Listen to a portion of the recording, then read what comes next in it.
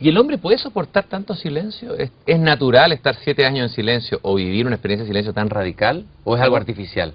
¿A vos te parece que es humano soportar el ruido No, y el habla vacua en pero la la que gente vivimos? no soporta el silencio, la gente huye casi instintivamente el silencio, lo llena con radio, la gente prende radio cuando está sola, necesita música. Sí, necesitas, digamos, un tiempo primero de desprenderte del ruido. Y eso es lo más difícil, porque cuando te estás desprendiendo del ruido y todavía no llegaste al silencio, estás en pura pérdida. Y además el ruido es aquello con lo que te identificás, o sea, determinada música, hasta determinada sirena, determinados horarios, digo, hay una cosa en la cual vos estás suspenso todo el tiempo de pertenecer a eso. Sacado eso, de repente te hundís. O sea, ¿qué es el sistema monástico? Sistema monástico, a través de la obediencia, yo no tengo proyecto propio.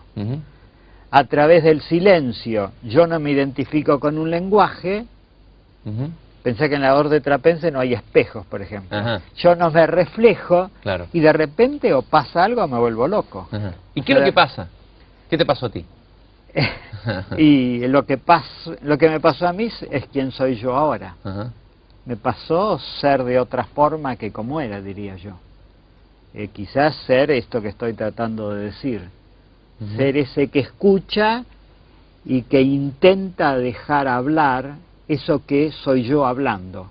O sea, que no quiero hablar para reflejarme, sino ser mi hablar, por así decirlo, o ser mi escribir.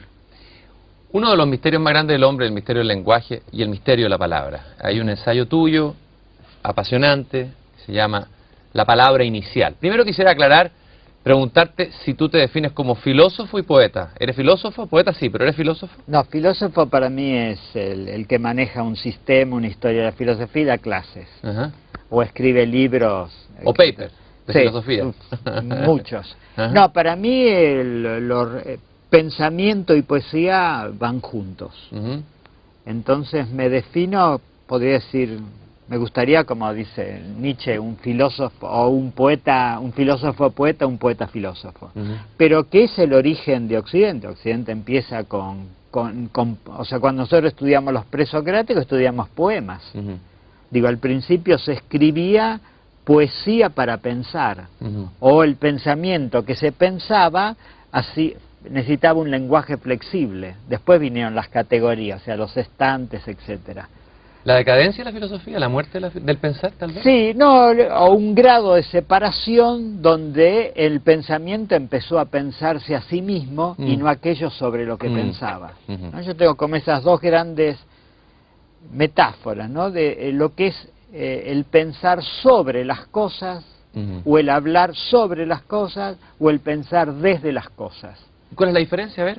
Y el desde es recibir, ¿no? Digo, plantearse, como que ponerse a la escucha del mundo del vaso, a ver si todavía suena ese río y con qué me conecta, qué voz que me lleva, que atraviesa, etcétera. Y hablar sobre es de nuevo, ya la definición que tengo la aplico. Ese verso que tú mismo citas es tan bonito sobre los ríos en la palabra inicial de Hölderlin. Los ríos braman indiferentes a nuestra sabiduría y sin embargo, ¿quién no los ama? O sea, más que un conocer, esta es una forma casi de amar, este pensar, ¿no?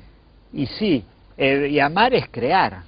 O sea, amar es un sentimiento, etcétera, pero cuya plenitud acontece en que aparece un niño nuevo, por así decirlo. Es la idea el amor es lo que genera, lo que crea, digo, más allá del romanticismo, es la fuerza vital que se expresa generando. La palabra y uno tiene como que enamorarse de ese amor para gestar. La palabra inicial, ¿qué es? A ver, ¿cuál es la palabra que te ha interesado a ti, la palabra de la poesía? ¿Cuál es la diferencia de la palabra de los poetas a la palabra que usamos todos los días, los seres humanos, cuando nos comunicamos, cuando informamos, incluso cuando escribimos un ensayo o un paper o lo que sea? ¿Qué es esa palabra inicial? Y la palabra inicial sería esa palabra que por la cual yo me dejo llamar. ¿No? Digo, la palabra inicial son palabras que de alguna forma en el medio del ráfago del hablar a mí me llama una palabra y se vuelve como no un cuestionamiento, no, se vuelve casi una obsesión, ¿no? Y yo empiezo a demorarme, a morar con esa palabra. Y entre nosotros, entre este entorno a decirla, a gustarla, a transformarme, etcétera, empieza a pasar algo. Empieza desde ese inicio aparece una narración o un poema. Yo creo que es esa idea de no un lenguaje con que ya está entendido, sino que todavía no dijo tal palabra de sí. O sea, las palabras tienen mucho más que decir de lo que ya han dicho. Absolutamente. Ajá. O sea, las palabras, digo, están en el lenguaje común, son monedas de cambio. Pero si tú la tocas, todavía tiene mucho relieve que no fue, digamos, palpado. Muchos poetas, o mucha poesía desde el siglo XX, estoy pensando desde Mallarmé, La Vanguardia, ha intentado que la palabra se separe de la realidad, crea su propia realidad autónoma hasta el punto de que ya los poemas dicen cosas que no son del mundo en que estamos. ¿Tú te identificas con esa poesía o crees que la palabra tiene que tocar el mundo, tiene que tocar las cosas, tiene que tocar los árboles? Sí. No, yo creo que lo que pasa es que a ese planteo le siguió la deconstrucción de la idea de que hay un mundo. Ahora en realidad sabemos que no hay un mundo, ni hay una verdad, etcétera. Ahora ya estamos más familiares con que los mundos son generaciones de discursos, de códigos y de costumbres, por así decirlo. Entonces creo que es más fácil pensar que sí, que un poema puede inaugurar un mundo.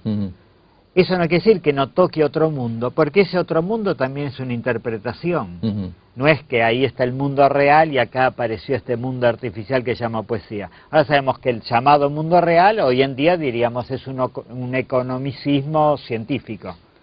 Tú invitas a escuchar. Te quiero invitar a escuchar algo del mundo, algo que a mí me gusta y que yo creo que a ti te gusta mucho, y que es muy característico de este país, sobre todo de la parte sur del país.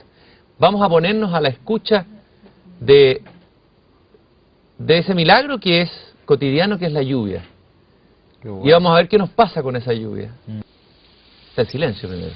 Sí, siempre. Ahí viene.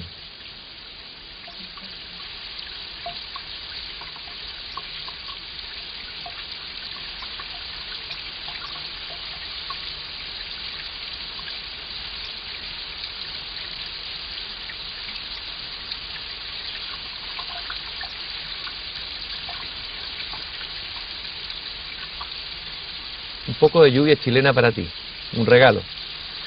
No es poco. A ver, ¿qué hace la lluvia? ¿Cómo nace el poema que habla de la lluvia? Y tal vez podemos terminar, o sea, tomar algún poema donde esté la lluvia en tu poesía. ¿Qué ocurre ahí? ¿Qué significa escuchar la lluvia, por ejemplo? Que un poeta escuche la lluvia. Casi diría que es lo más niño que me puede pasar, no sé por qué, me imagino porque ser niño es tener tiempo para ver llover y no sentirse culpable. Además es la idea de lo que cae, en el sentido de aquello que no podemos manipular y de lo cual depende todo. Para mí es la idea del don por antonomasia, ¿no? Lo transparente, lo que no hace sombra, lo que fecunda, lo que limpia, lo que bautiza, y la música y la lluvia. En un poema que no existe, que alguna vez tiré, decía algo así como que llovía y la gente corría, miraba por la ventana, de lo único transparente que le pasa a una ciudad, ¿no? Esa idea. Yo creo que para mí la lluvia tiene esa maravilla del don.